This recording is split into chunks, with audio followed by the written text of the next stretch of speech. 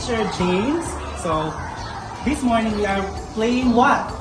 We're gonna play golf. Who knows how to play golf? Raise your hand. Who knows? Who knows how to play golf?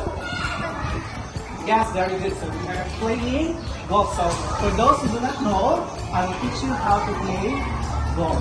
Okay? But before anything else, let us first have an attendance check. Okay? Okay, so when I say your name, you raise your hand. You say what? You say present. Very good. Okay, let's start with, okay, is Punka. Very good. So present. How about Dora? Present. How about Timmy? Present. Where is Glass? Present. Yes, very good. Alice? Present.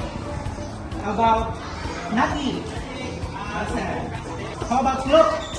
Present. Yes, very good. How about Brighton? How about Marvel? Present. Very good. Artie? Very good. How about Priya? Okay, present. Yining? Present. Very good. How about Lila? Present. Very good. Tiny? Today we are playing golf. This is what do you call this one? It's the golf club. Okay, so I have here my friends. I have two. What do you call this one? Ball. Very good. What color is the ball? This one. Blue. And this one?